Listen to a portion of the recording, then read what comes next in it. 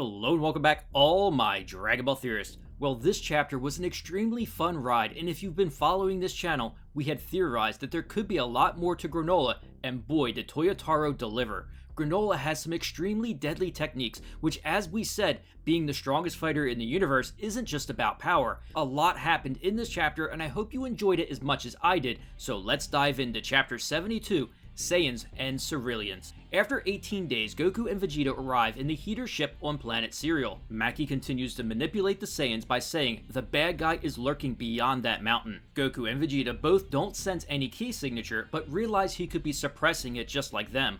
Oil and Macki maintain playing the role of victim in this perfectly, and Goku says, "We'll handle it." I do think they could have done more with the 18 days they had on a Heeter ship, but totally fine with moving this arc along and getting into the good stuff. So after Goku and Vegeta depart, Macki tells Oil to spy on their battle. Meanwhile, she will wait for Elec and Gas to arrive, who haven't been to Cereal for 40 years.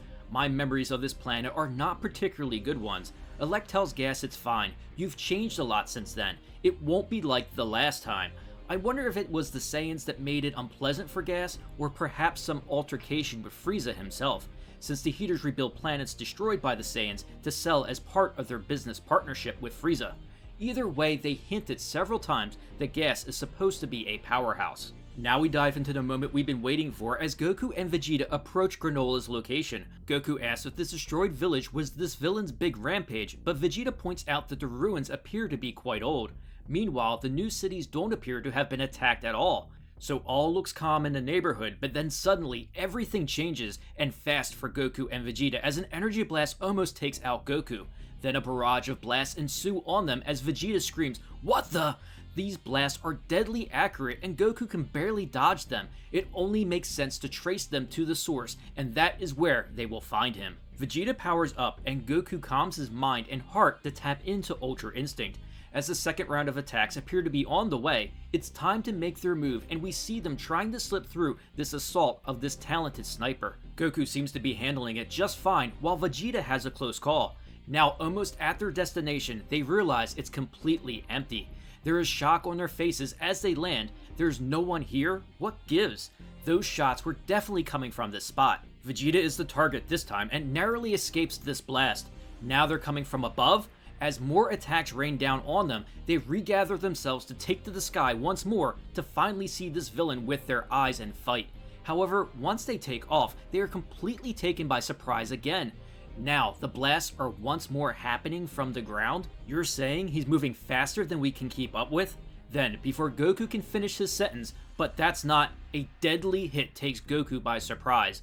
As blood flies out of his mouth, Kakarot!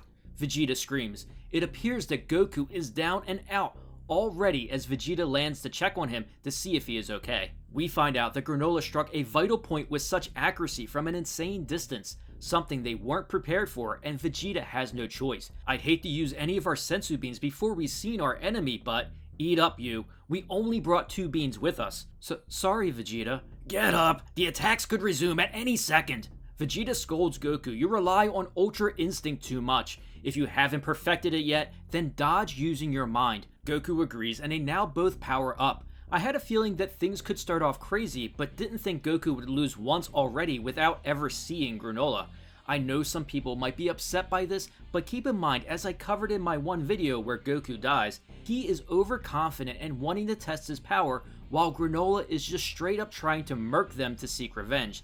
That is a big difference in mindset between them, and now it costs them one of their sensu beans. Goku looks to make sure that mistake doesn't happen twice and hones in on Granolah's location. There! As he fires an energy blast, and I love these panels here as we see the blast trying to find its target for the first time. We finally see Granolah. Almost there. Again, it's about to land. Almost there. Stay on target. Then, at the last second, he vanishes. Granolah is now appearing directly behind Goku and Vegeta, and I haven't seen that look on Goku's face since Jiren told him to get lost at the Tournament of Power. A dead serious look on Granolah's face as Goku in shock mutters out, "Instant teleportation? No, it's even faster than that." Then we get some chilling vibes from Granolah as we start to understand the scope of his power. I have no name for this technique. It's just a small fraction of the power that elevated me to the strongest in the universe. I'd be puzzled too, Goku. I mean, who has a technique and didn't even name it? The first clue that things aren't quite right with Granolah, and he managed to press Vegeta's button. You're the one running his mouth about being the strongest? I am Granolah, the last of the Cerealians. Goku checks with Vegeta to see if he has heard of them, but he hasn't. You may not know of us, but I know your kind all too well, Saiyans, so there really were some survivors. You hold a grudge against us Saiyans? Why should I tell you? Either way, your tribe is fated to meet its end here. Then with a motion of his hand, an attack seems to come out of nowhere as the entire area is destroyed right where they stand. Meanwhile, Oil is shocked that Granolah is this strong. It was a close one, and that attack looked all too familiar. It was similar to destruction. Does that mean he can use our techniques? One idea I did talk about pertaining to the dragon's wish for Granolah is he could have taken powerful techniques of the strongest fighters in the universe to make him the strongest. So what other abilities does Granolah have? Maybe he doesn't lose stamina like the androids, or he can have Piccolo's regeneration. Things aren't looking great for our heroes. Escaping into the air, you're stronger than I expected. Then coming up with a strategy, Vegeta tells Goku he planned to prove his superiority over him, so Vegeta lets Goku fight first. Gotta say the prince is growing up by taking a step back to watch. Usually he runs right in after saying that. I'm proud of my boy Blue on this one. I think in reality, Vegeta realizes something is way wrong with this picture, so kind of fast talk Goku into needing to get back at Granolah for losing. So Goku goes to finally fight his attacker head on this time, while Granolah mocks the Saiyans for their stupidity. Which he ain't wrong. Now Vegeta takes a perch on a nearby tower to figure out Granolah as he realizes there may be more than just some villain to defeat. Granolah asks where is the monstrous ape form you people are known for, which is another thing we were thinking could happen, that finally Granolah might start opening up enough dialogue to give away clues that he isn't a villain. Goku kinda ignored what Granolah said, that he had horrible experiences with the Saiyans and just powers up though. Now we get to see what a Super Saiyan God can do against this adversary. Granolah is not impressed. God, a bold claim, a name at odds with the savage nature of your kind. Round 2 is about to start and we are all watching. Granolah takes a far off stance as Goku prepares, but still, even as Super Saiyan God, he is surprised at the speed. He narrowly gets out of the way, then Granolah, who whiffed on the attack, bounces back and almost lands a huge hit. Goku is up against the wall and can't find an opening, and he isn't backing down, so in that case, as hinted and what we expected, Super Saiyan God Ultra Instinct. That yes, we could see Ultra Instinct being used in multiple forms, and God form I felt was the best candidate to use UI next in battle. This line by Vegeta is extremely important.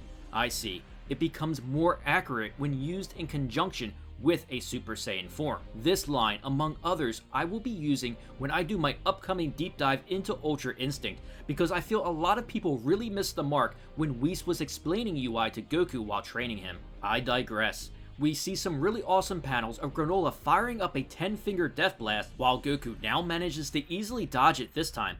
However, in the very next panel, as Goku looks up to prepare to dodge an attack from above, he's completely taken off guard yet again with a direct hit to his stomach. Here is where things get really fascinating this chapter, as we look deep into that special Cerealian eye of his. You almost got me there. I slipped up. Then, we see Goku's eyes, and that look is the look you get right before being knocked out. The spectators are shocked, as it looked like a little tap, but I feel like Granolah took a page out of the legendary Assassin Hits book here. He targeted a vital point again. How was he learning Kakarot's weaknesses so quickly? I just have to say, this is a pleasant role reversal and payback from the tournament where Hit picked apart Vegeta attacking all his vital points. I don't know, I have this parody Team 4-star voice in my head where Vegeta is like, how does it feel, bitch? Not so good, huh? Good move not going first this time, Vegeta. Good move. So Granolah spills the beans. Your reaction time is incredibly fast. I can tell that your body moves on its own before your brain even processes incoming attacks. However, even a flawless fighter cannot hide his vital points. As you dodged, I observed your blood flow and muscle movements, and I learned exactly where to strike. You can see stuff like that? As Granolah boasts, his right eye is the sharpest in the universe. It sees all. The highlighted all in bold does make you wonder a lot about this statement. While Goku is suffering against Granolah, Vegeta is starting to piece together this puzzle. A tribe driven to extinction, known for their evolved right eyes? This is starting to sound familiar. Could it be? Granolah says his eye also realizes Goku is concealing his power. Goku says you're right. I've still got an even stronger transformation. He really does love fighting. Granolah drops another hint of his true motives. As long as the other Saiyan is still alive, I can extract Frieza's location from him. It's no skin off my nose to kill you where you stand. Come on, Goku, ask the right question. Not with Thanos? With Thanos? No. I'm here to kill Thanos. He took my girl. Wait, who are you? Don't play dumb with me. I've sacrificed my lifespan to take revenge, so I won't let you waste my precious time here. Hang on, I thought you were the bad guy. Unfortunately, rage is overflowing from Granolah, and he isn't having it. He wants revenge for the crimes against the Cerealians, so he powers up now too. Goku is shocked by his power, and he needs to stop playing this transformation game with somebody who is so deadly.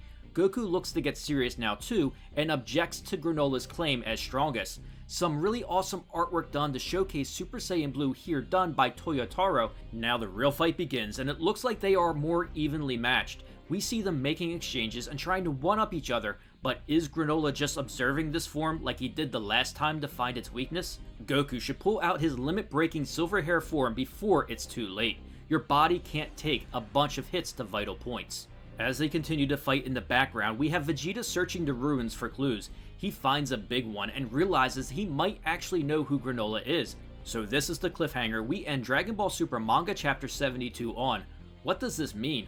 Oh boy, the plot thickens on this one. There is a lot to break down coming up this chapter, and plan on getting some videos out coming up. I thought they did an extremely great job on Granolah's fight so far and his powers. Between his sniping abilities, gaining powers similar to destruction and instant transmission, then with his eye able to show vital points in any fighter so he can literally just like assassinate someone. I know many weren't happy with Granolah's character so far, but I think this chapter was a big redemption and really got this arc moving in a faster, exciting direction. Now tell me, what did you think of DBS Manga Chapter 72? As always, I'd love to hear your thoughts and theories in the comments below. If you enjoyed this video, don't forget to share it and smash that like button. Also, please subscribe to support the channel and turn on that notification bell to keep those theories coming.